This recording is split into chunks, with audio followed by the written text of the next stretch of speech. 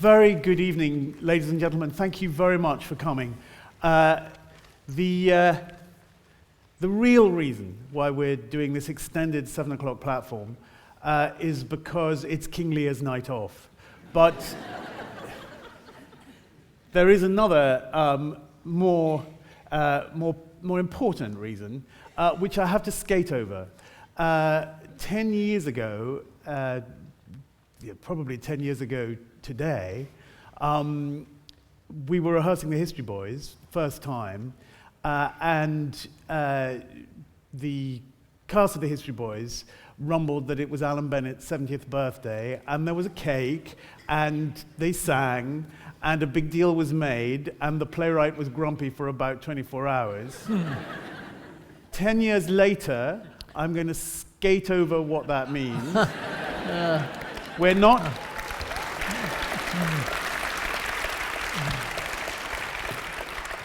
going to mention or acknowledge it beyond knowing that what happens 10 years after a 70th birthday will be happening in a couple of days' time, and for that reason, it seems like a very good time to look back a little and maybe even look forward to on Alan Bennett's career as a playwright. And very luckily, we can pick up where we left off, I think probably about 6-9 months ago, when we were, maybe a year ago, when we were in the Littleton together and talked about the first half of his career. By the time our platform last year finished, we'd more or less got up to The Madness of George III, which was the second play that Alan and I worked on together here at the National. We had done The Wind in the Willows together. We talked about The Wind in the Willows. We won't talk about it again. We will pick up on the day that you, Alan, delivered me The Madness of George III for the first time. And let me plunge straight in with that play and ask you how you got interested in that subject. Well, when I was at Oxford, I did history as, the degree course in Oxford means that you do the whole of English history, so you do the 18th century included. And I knew about the what's called the Regency crisis, which was when George III, for the first time, became deranged at a time when the Prince Regent, or the Prince of Wales, was allied with the opposition. So it was a health crisis, and it was also a political crisis, because if the king did lose his mind, it would mean that the Prince of Wales would act as regent and the opposition would come in. So I knew all about that, and I also knew, I think, that the king made a very quick recovery, and so that it was, it was a plot, and I'm not very good at plot, and so it was a ready-made plot, and I think I must have had it on the stocks for quite a time. I think I must have had it half written when we were doing Wind in the Willows. And then because I enjoyed the way we worked on Wind in the Willows, I thought maybe we could work in the same way on George III, which we did. Yeah. Is there something about madness, and not just madness, what seems to me to be a recurrent theme, or at least a recurrent character in your work? People who have tumbled over the edge, people who have lost what they once had. I'm thinking not just of George III, but of Auden, derelict at the end of his life, of Miss Shepherd, obviously, the lady in the van, even, Toad ejected from Toad Hall. Is there something about that predicament that? I think it's ready-made drama, and in the sense that if they are slightly crazy and extreme, then they're much easier to write about than people who are balanced and who are the nuances of whose behaviour is much harder to catch. So that I don't think of myself as being a particularly dramatic writer. So that if somebody has dramatic changes of behaviour, as George III did, it's a great help to me as a dramatist, because it makes me do things I wouldn't probably normally do. Does that make sense? Yes, it does. Is there also something about the difference between being and seeming that appeals to you? When the king is restored to health, when he is finally confident of his own sanity again, I think the line is, I've always been myself, but I've remembered how to seem. Yeah. And is that necessity that I think everybody will recognise, of seeming to be someone who the rest of the world will approve of, something that you come back to? Yeah, I think, and that's particularly so with royalty. I mean that royalty is, half of it is about seeming, and if royalty isn't or wasn't prepared to seem, then they seem to me they're in trouble. They would probably be in trouble now I wrote in 2006 a story about the Queen called The Uncommon Reader, where the Queen becomes an avid reader and stops bothering about seeming, as it were, stops bothering about what anybody thinks about, and just gives herself entirely over to books. And of course, the government goes to pot as a result. But I think seeming is a great, is part of monarchy, but it also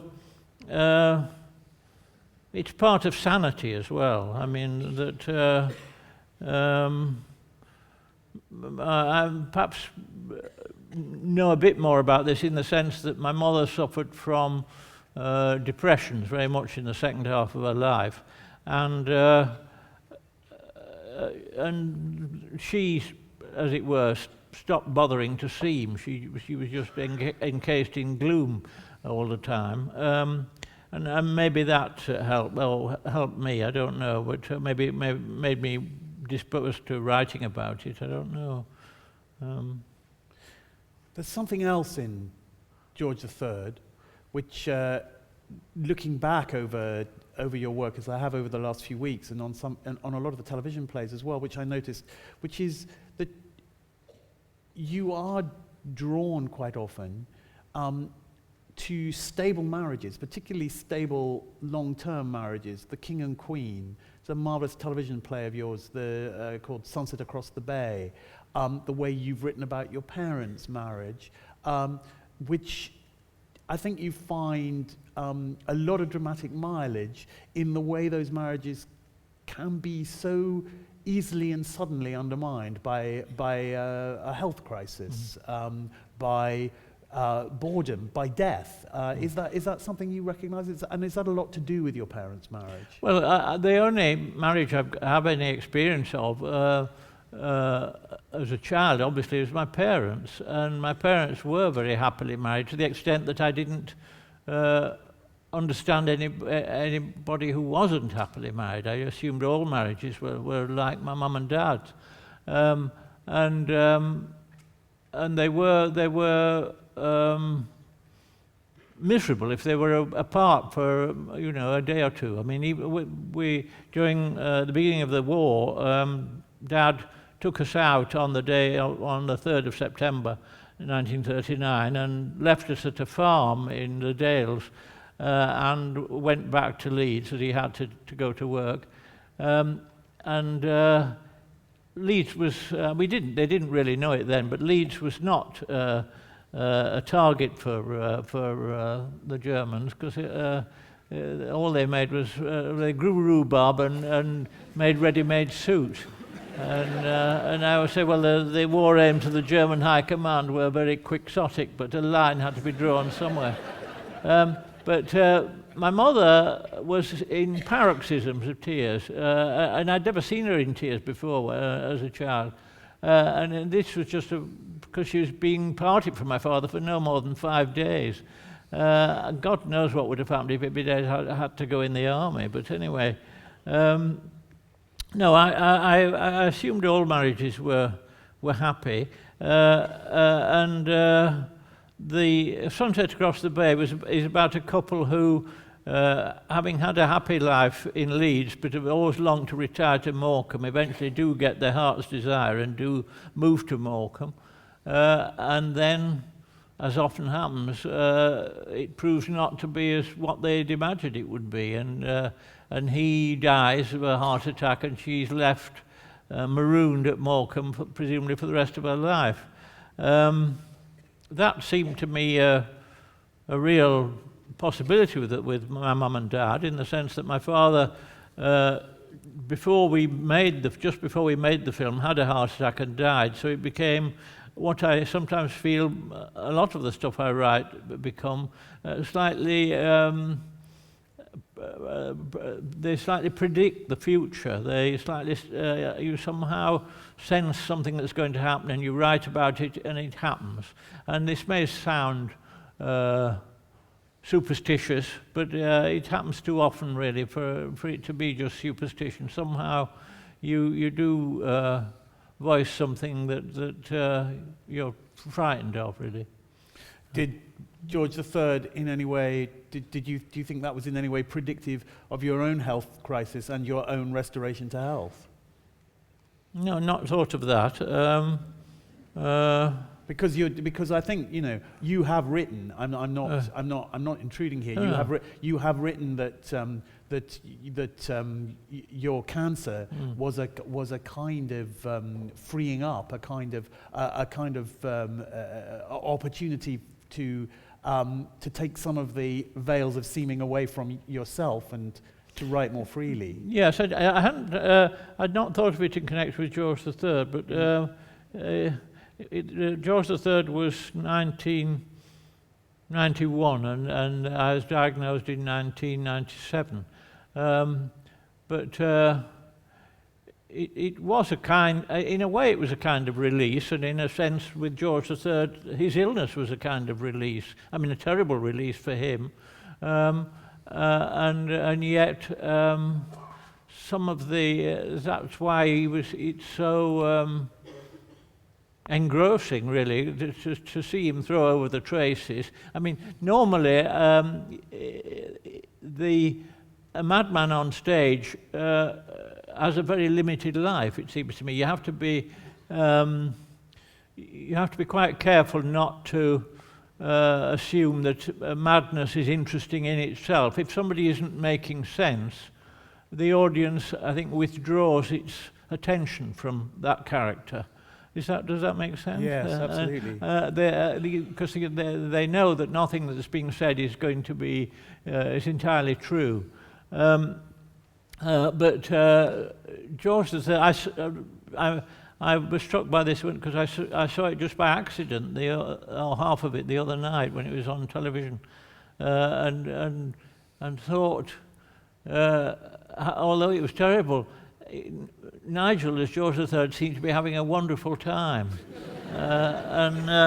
and was joking and was funny and mercurial, so that he changed his face. So many expressions chased themselves across his face. It was wonderful. Yeah. The thing that always struck me, but I know it's diverging slightly, but how you, it was your first film, and how you knew what you knew, or how you knew what to do on the first day. I don't know. I didn't. No, I had no idea. But it didn't stop you, that's the thing. It would have stopped me. On the first day, I was literally incapable of shouting action. Yeah. So I got the first assistant director to shout action for me. I soon got used to it. But it actually, the sad truth is that I didn't really know what I was doing, and it is by far the best film I've made. So it's, but actually, Nigel's performance. It's worth dwelling on for a second. The play is full of the most wonderfully witty and deft political scenes as a portrait of how a political establishment maneuvers itself around a crisis, uses a crisis as an opportunity to advance its own interests or advance its competing interests. It's absolutely great. But the moment Nigel got hold of the part, I think we all realized that was going to be background detail, that the part was about a man who got ill and had to grapple with his own sense of losing it. And you have repeatedly responded to, written for, great actors, written wonderful red meat parts for great actors.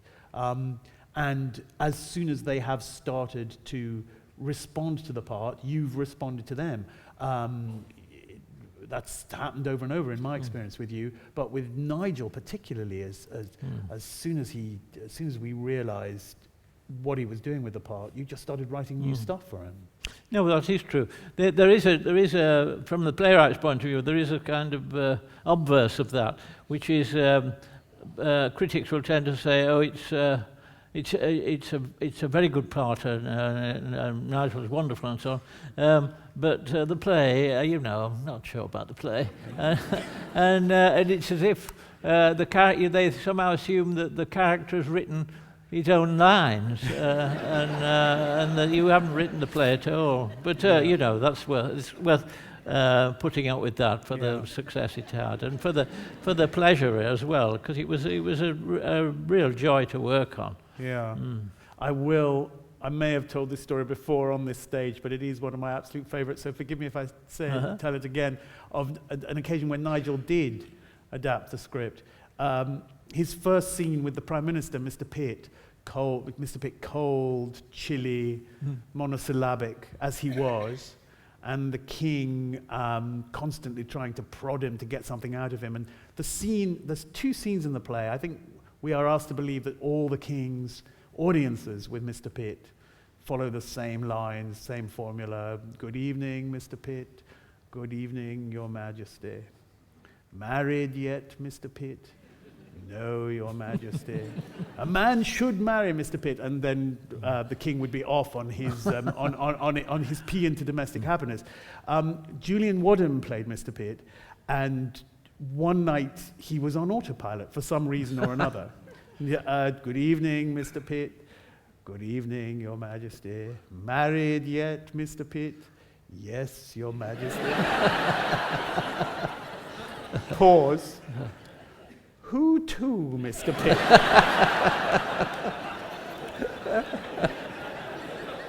At which Julian came off autopilot and said, I don't know why, the Duchess of Pembrokeshire's daughter. Well, he had social aspirations. And then Nigel said, what's she like, Mr. Pitt? That really happened. No, sorry, you were saying. No, that's right. I mean, but it was just fortunate it was Julian, because Julian had a rich and vigorous social life, didn't he? So to begin with, he was perfectly happy to be, describe his wife to be, or his wife. But then Nigel went on and on, and I can't quite remember how Julian got out of it, but he did, and he never was on autopilot again. That's for sure. But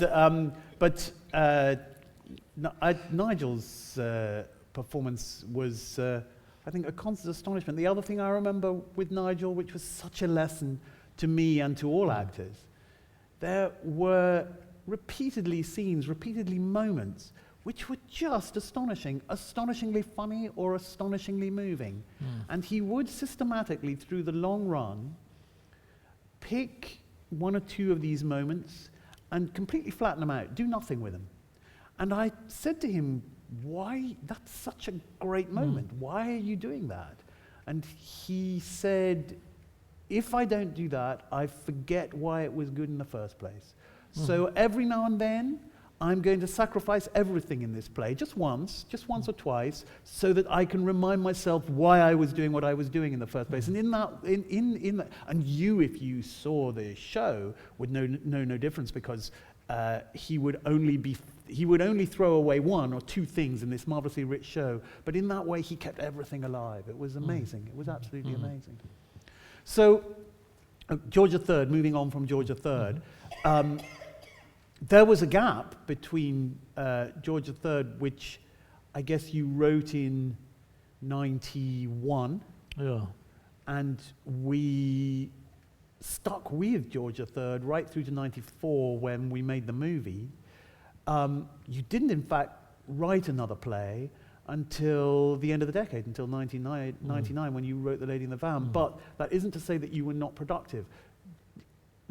That decade, the 90s, was when I think you wrote most, if not all, of the Talking Heads, which were, I think, remain to this day a kind of astonishing, an astonishing and unique step, maybe not forward, but to the side of television convention.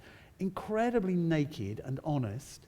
I wondered whether you saw them as a kind of milestone in your work, an opportunity to start revealing that bit more that you have said you started to reveal when you thought your days might be numbered, although mercifully they weren't. I wonder if you see them in that way. I don't remember that. I remember feeling liberated slightly by it, but once I'd discovered how to do them, but having said that, that doesn't mean I could do them now. I can't. I wish I could. But having discovered how they worked, which is that people assume that they're a stream of consciousness, a character unburdening themselves and telling the audience what they feel inside, and they aren't about that at all. There's more action in Talking Heads than almost in any of the plays. But the action takes place off stage and off screen in the bits that the audience never sees. So that you'll come back after there are short breaks, and after each break, something crucial has happened in that gap, and the next section is to do with remembering what's happened and carrying you that bit further forward. And so I found this once I discovered that was how they worked. I found this really exhilarating to them. Found them very exhilarating to write. But as I say, it hasn't made it any easier. They were like poems. They somehow came to me not intact, but much more ready-made than anything else I'd ever done. Most of them were written in about northern characters, so the language was. I found that very easy to do, but the one that is quite revealing about myself would be the first one, which was A Chip in the Sugar, about a man living with his mother, and then the mother picks up with an old flame, and it's quite funny. But it also reveals that the man has the son has had mental problems, and that's woven into the plot. And that seemed to me to relate quite closely, but either to me or to my mother, or certainly to the situation in our family. But others were just, I mean, the one that Maggie Smith did, Bed Among the Lentils, that simply came out of wondering, when I was quite young, I think, because when I was quite religious when I was young. And I remember being in church and seeing the vicar's wife and wondering, since I was fairly uncertain myself on the point, what if she didn't believe in God? How did this affect her and the vicar? and the whole thing is built around that, because that's how it starts off, with her disaffected from her husband.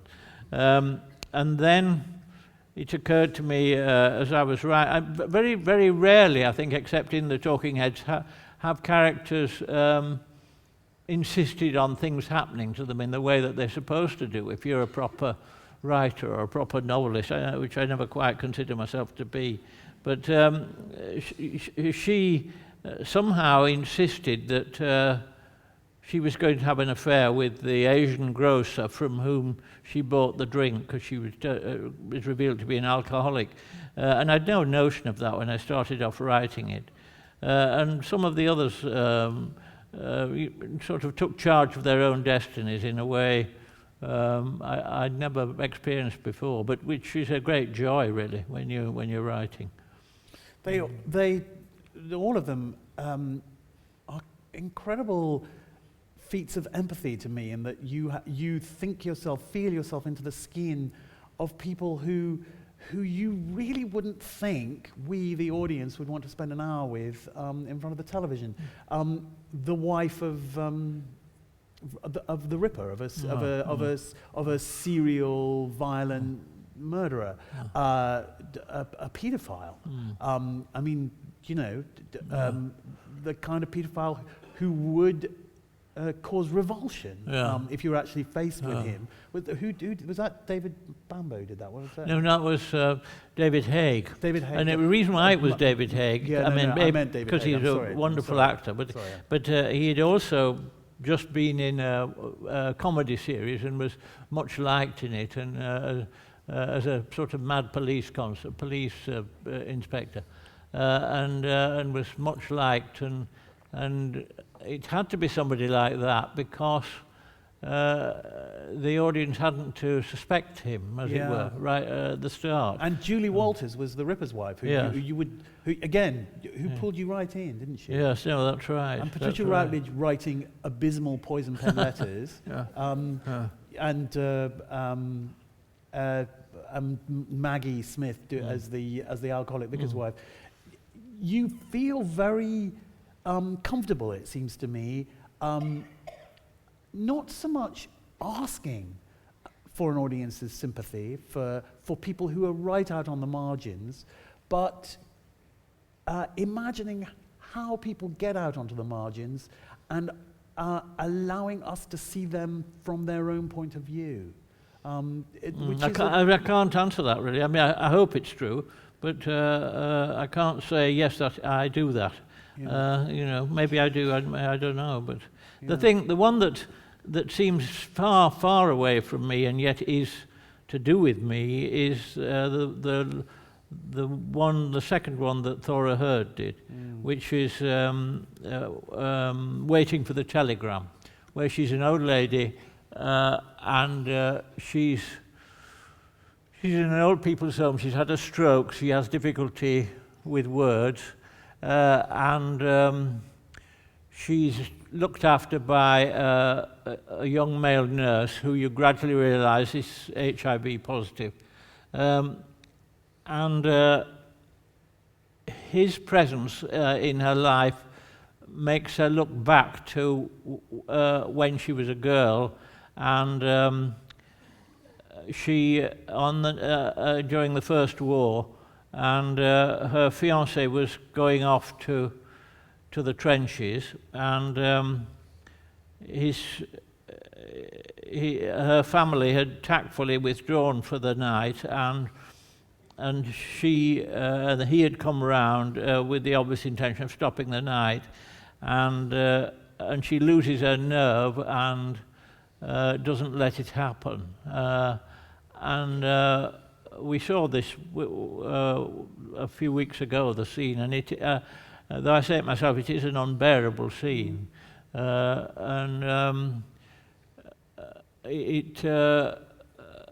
don't know, I was just proud to have written it, really, but at the same time, she was me. I mean, in the sense that, and I think not merely me, but so many people watching who would see all the opportunities that they'd missed, and the things that they wished they'd done and they wished they'd had the courage to do, the people they turned down or not dared to sleep with or whatever.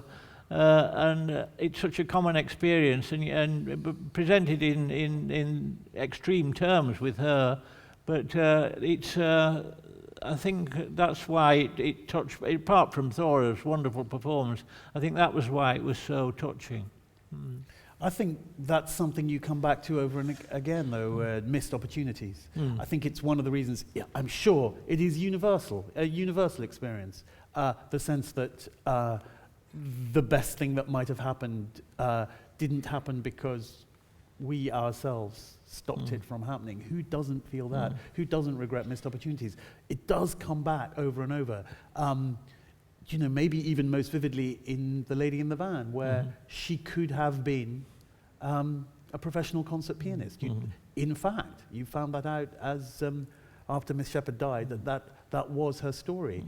The end of the History Boys, all 8 of them, who are so vital all the way through the play, they sit and they tell you what their lives turned out to be. And, some of them are happy enough, but none of them seem to have grabbed their opportunities, not properly. And I think that is one of the reasons why audiences respond so strongly to your work. That's not a question, really. That's just me saying. That's just me saying one of the reasons why I respond to it so strongly. That scene in History Boys where they each put up their hand, and it is what I wrote, but it's also the way you did it. I couldn't see how it could be staged. And there's a wonderful bit with Sam Barnett as the last one to be mentioned. Mrs.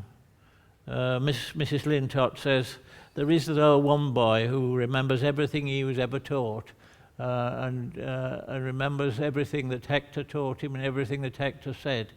He lives alone and in a cottage on the outskirts of Leeds. And there's a tiny pause, which Sam is always very good at, and then he puts his hand up, and I just found that wonderful, really. Yeah, we'll come back to History Boys in a minute, because following Talking Heads, the next play you wrote was The Lady in the Van, which we didn't do here at the National. It's the one play we didn't do at the National. We did in the West End with Maggie Smith. I thought the best way to just remind us of The Lady in the Van was if I asked you to read from your memoir, not from the play, but from your memoir on which you based the play. Just a short extract. I think it's always popular when Alan reads. So she'd suggested she soon got wind of the fact that I was in show business.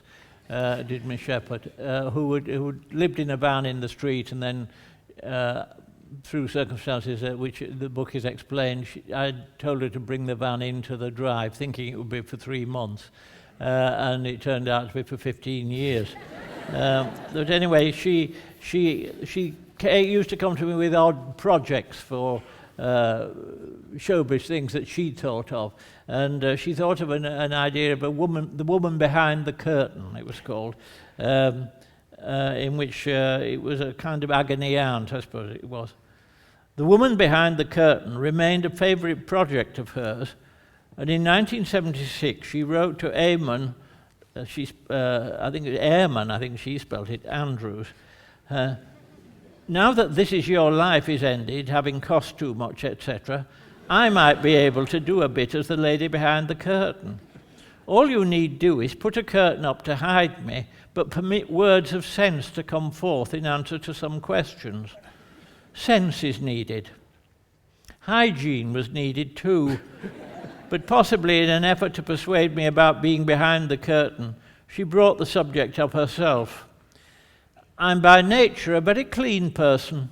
I have a testimonial for a clean room awarded me some years ago, and my aunt, herself spotless, said I was the cleanest of my mother's children, particularly in the unseen places. I never fathomed her toilet arrangements. She only once asked me to buy her toilet rolls. I used them to wipe my face. But whatever happened in that department, I took to be part of some complicated arrangement involving the plastic bags she used to hurl from the van every morning. When she could still manage stairs, she did very occasionally use my loo, but I didn't encourage it. It was here, on the threshold of the toilet, that my charity stopped short. Once, when I was having some building work done, and was, I suppose, conscious of what the workmen were thinking, I very boldly said there was a smell of urine. Well, what can you expect when they're raining bricks down on me all day? And then I think there's a mouse, so that would make a cheesy smell, possibly. Miss Shepherd's daily emergence from the van was highly dramatic. Suddenly, and without warning, the rear door would be flung open to reveal the tattered draperies that masked the terrible interior. There was a pause, then through the veils would be hurled several bulging plastic sacks. Another pause, before slowly and with great caution, one sturdy, slippered leg came feeling for the floor, before the other followed, and one had the first sight of the day's wardrobe. Hats were always a feature. A black railwayman's hat with a long neb worn slightly on the skew so that she looked like a drunken signalman or a French guardsman of the 1880s. There was her Charlie Brown Pictures hat, and in June 1977, an octagonal straw table mat tied on with a chiffon scarf and a bit of cardboard for the peak. She also went in for green eye shades. Her skirts had a telescopic appearance, as they had often been lengthened many times over by the simple expedient of sewing a strip of extra cloth around the hem, though with no attempt at matching. One skirt was made by sewing several orange dusters together. When she fell foul of authority, she put it down to her clothes. Once, late at night, the police rang me from Tunbridge Wells. They'd picked her up on the station, thinking her dress was a nightie. She was indignant. Does it look like a nightie? You see lots of people wearing dresses like this. I don't think this style can have got to Tunbridge Wells yet.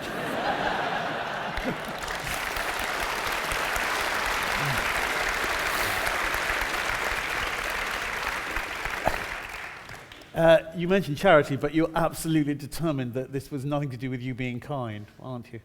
Well, it wasn't, and I don't know. It's too complicated to explain. I ought to have brought it with me. There's an aphorism of La Rochefoucauld about it, and it just pins me to the board. It's so accurate, saying people shouldn't claim virtue for things when they're incapable of the opposite. I don't know it, but I've written it down, so I've got it somewhere. Can we fit that? I will reveal that we are in the process of pitching the movie of The Lady in the Van. Can we put La Rochefoucauld? Oh, you can, movie? sure. Yeah, it would go very well. I think it would add class to it. Not quite sure how it would go down with the American backers, but it's. About the neighbours, your neighbours. How did they deal with her as opposed to you? Well, they were just glad I'd got her, and they didn't. Really.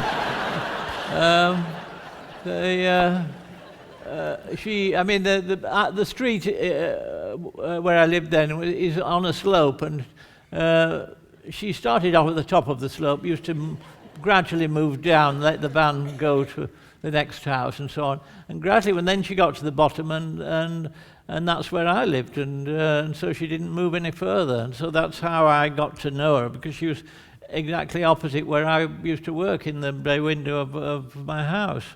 I used to see that people, the market men used to behave very, very badly, but not merely them. Young guys in sports cars used to stop and bang on the side of the van to try and get her out and just get a laugh out of her. And kind of medieval behaviour it was. And it began so much to distract me when I was working. I was keeping an eye on her, that it interfered with my work. So that when when it happened that I said you should bring the van into the drive, I knew that at least would ease that situation. I wouldn't be watching out for her all the time. But maybe I'm the wrong type. I don't know. We've just had, this sounds absurd, we've just had 2 blackbirds nesting in our garden. And I found I was watching out for the blackbirds in the same way as I watched out for Miss Shepherd. So, anyway. So, after, I'm galloping through now, but we need to move forward onto some more plays. After The Lady in the Van, which I think is, I hope, unfinished business, the next play that you wrote, you gave to me shortly after I started the job here, and that became one of the 2 or 3 great successes of the last 10 years, The History Boys, which I remember vividly. I had no idea what you'd been writing about. I'd kind of picked up that you were writing a play. This great mass of brilliant material arrived, a lot of which didn't make it into the final draft. There was just too much of it. Can you say? No, I was going to say, we both, a great friend of mine is George Fenton, the musician, who's written lots of music for stuff I've done, and he's done all David Attenborough's programs and so on. But anyway, George I knew so well, I used to tell him what I was working on, which I don't normally tell anybody. And I can remember telling him the crucial scene in History Boys about when Dakin, the self-serving boy, very good looking, and who makes a pass at the new master. And I remember telling George this scene and the jokes in it, and him saying, "Oh, that's all right." And then I think he maybe mentioned it to you. And he that did. Was he just said, "Oh, he's written a new play. There's some good jokes in it." And I said, "Can you remember any of the jokes?" And he said, "No." So, so that was the only information I had about it. Can you remember what drove you to write it? What was it that pulled you back to school after 40 years on was what, 30 years previous? Why school again? Well, the first play I ever tried to write was about my school in Leeds, and that was for an impresario long dead called Peter Bridge. And it was when I was in New York with Beyond the Fringe, where we knew we had to be in New York for at least a year in order not to have to pay tax in America and tax in England. So we knew we were there. I regard it as a sentence, really, of a year. And my homesickness took the form of trying to write about my school. And I've finished a draft of this play, which was absolutely terrible, but since it was the first thing I'd ever written, it's not surprising. And even Peter Bridge, who was famous for doing terrible stuff, drew the line. Anyway, I then put it on one side and forgot all about it. And it was only when I started working on the History Boys I remembered that I'd tried to do this before. So I'd, in a sense, been trying to do it all my life, but I'd never managed to do it. And I remember the absolute, I still feel, that was quite late on in my writing life. I still had no idea how to write a play, it seemed to me. When I was writing about Hector, I had the notion that Hector and Irwin, the two opposite kind of teachers, were all in one character, were in Hector's character. And it was a great revelation when I thought, oh, these could be 2 characters, not one, which any worthwhile dramatist would have recognized straight away, But anyway, once I got the frame of it right, it didn't seem to me difficult to write, partly because I always write in 3-minute bursts, really, and the 3-minute bursts, covered the scenes in the classrooms, really. Yeah. So that was easy to do, and then I remember I didn't begin to get the boys right until I reread a very good play, a radio play called Unman, Wittering and Zygo by Giles Cooper. And this gave me the clue to the boys taking the piss out of the masters and so on. I don't know. It didn't seem like work, really. I think, and even the rehearsals, none of it seemed like work. Really, it was just a joy to do it. It was the most enjoyable. Yeah. It was absolutely the most enjoyable of all. And really. I mean, I in the gala that you had in last November, the 50th birthday in November, show, yeah. I did Hector's a scene of playing Richard Griffith's part. I was absolutely terrified. You were not? Yeah, I thought you were going to say terrible. But I was terrified. No, I wasn't terrified. Terrible. You were terrified. terrified. I was terrified. Yeah. But seeing it, one thing that struck me in that, because Sam Barnett was in New York and couldn't take part, his part in the reconstruction was done by Sacha Dhawan. Now, Sacha had not played that part before, and we only had 2 or 3 rehearsals, but it's wonderful. He just built it up and did it perfectly, absolutely perfectly. And which is not surprising, because he'd been on the stage then for 10 years, I suppose. But I remember him coming in to rehearse to the auditions as a boy from Manchester, and really trembling, really, with wanting to do the play and wanting to be in it, and with anxiety that he'd be turned down. And then at the end of the audition, he said, could he read us a poem that he'd written about coming to the audition? And he read us this poem. And it was, I think that was what made me think, oh, he'd be good. To have the nerve to do that, really. But then to see how far he'd come, in the 10 years since he first went on. And it's true of all of them in different ways. Yeah, they've all done well. Yeah. They've all done well. There was a kid called Corden who's rather... Yeah.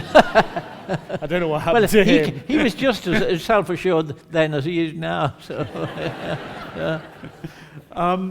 One of the things I loved about the play, which I think is very characteristic of what you do, is that it was full of stuff that was there for no reason beyond the fact that it was play. Oh. I'm thinking particularly of, there was an excuse for all these scenes because Hector was so eccentric, but I'm thinking particularly of the scenes from classic Hollywood movies that they acted out.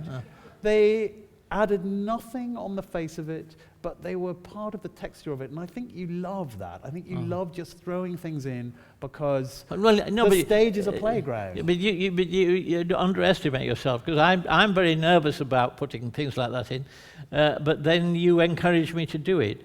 So you actually encourage me in my bad behaviour, really. Because I remember thinking, oh, I can't possibly do this, or some other playwright could do this, but I can't. And then I thought, well, go on, have a go. And then you tell me that it's all right to do that. You give me a kind of license to do it, which I need, I suppose, because I am quite timid, I think, really, in some ways. No, I've never particularly found you that. Well, anyway. Not as a writer. No, but I would, if you'd said to me, you can't possibly have this, I don't think I would have fought for it. Whereas I can think of playwrights who would sweep out in high dudgeon if they were told that, So anyway. Yeah, I can think of one or two.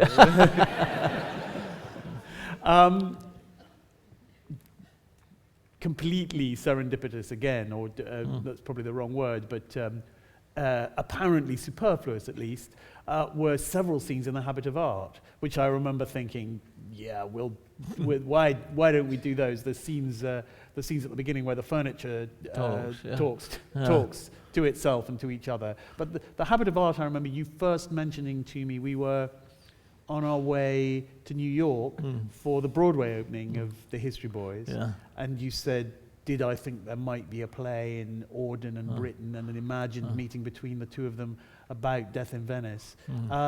What strikes me about that play in retrospect is that I think you did identify an important division between writers and maybe between impulses in the same writer.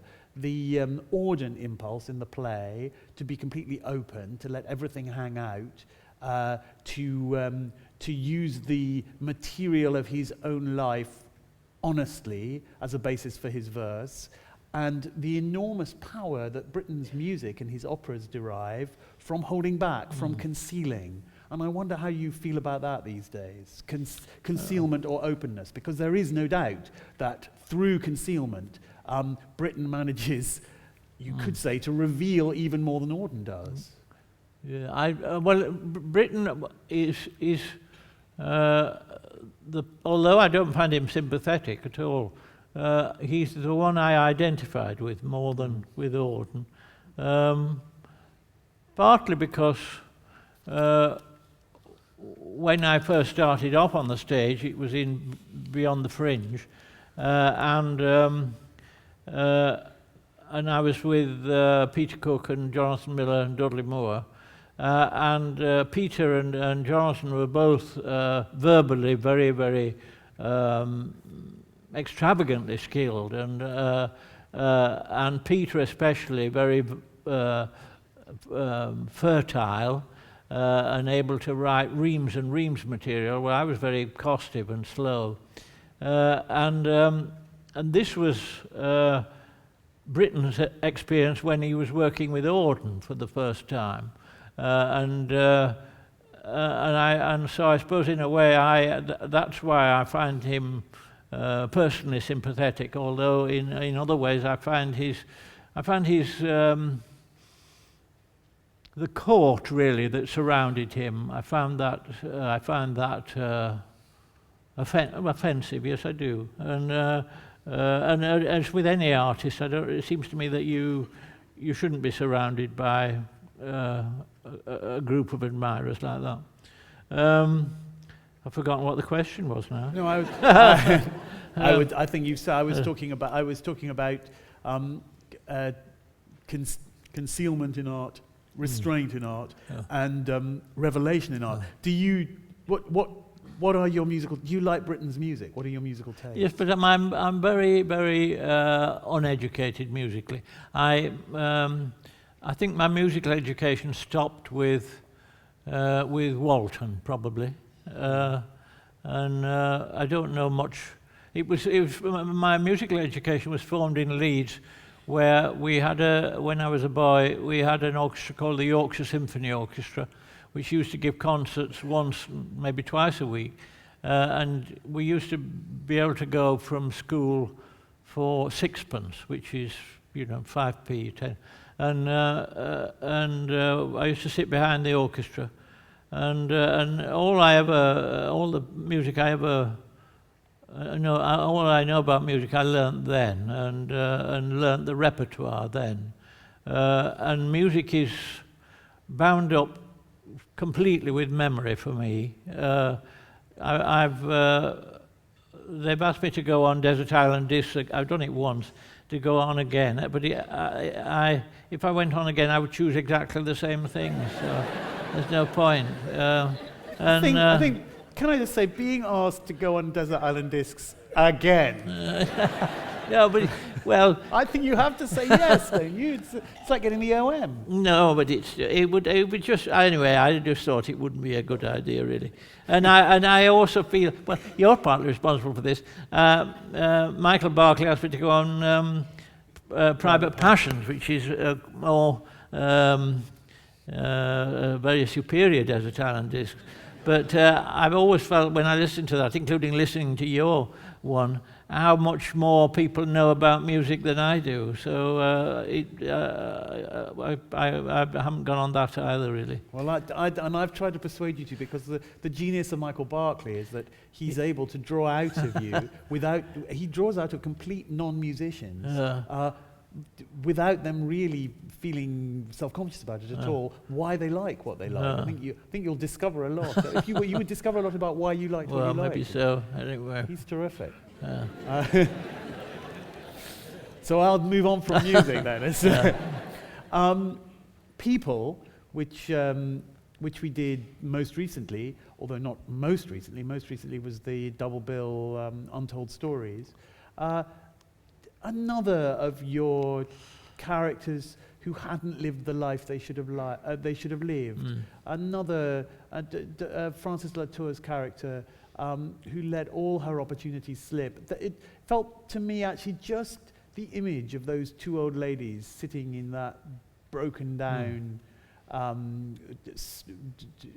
stateroom said so much about what you find moving and the kind of brutalization almost of them, which happened as their lives were, according to all conventional standards, turned round and made comfortable, was I always found very, very affecting. No, it was. They did it wonderfully. I don't know. I had the notion that the play started off with an image, which was of a woman in a very tatty fur coat and gym shoes, which is what Frankie wore in the first scene. And so it went on from there. And I put all sorts into it, which again I thought were rather outlandish and probably shouldn't be there, like the porn, the film crew making a porn movie which uses the house as a as a setting.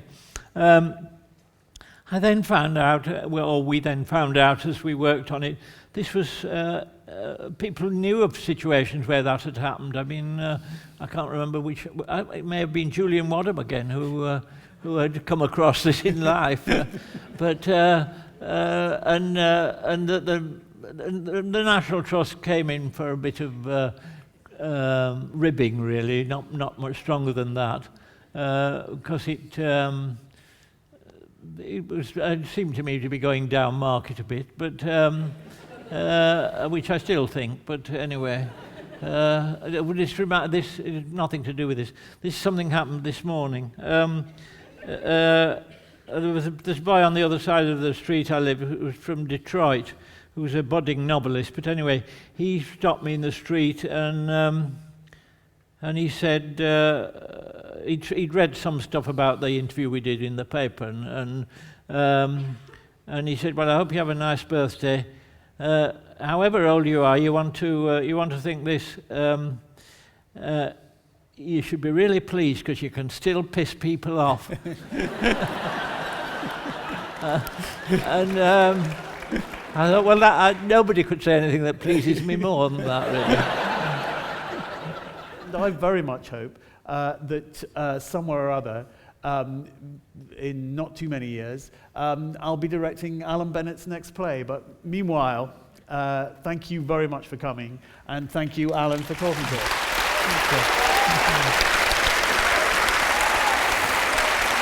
Thank you.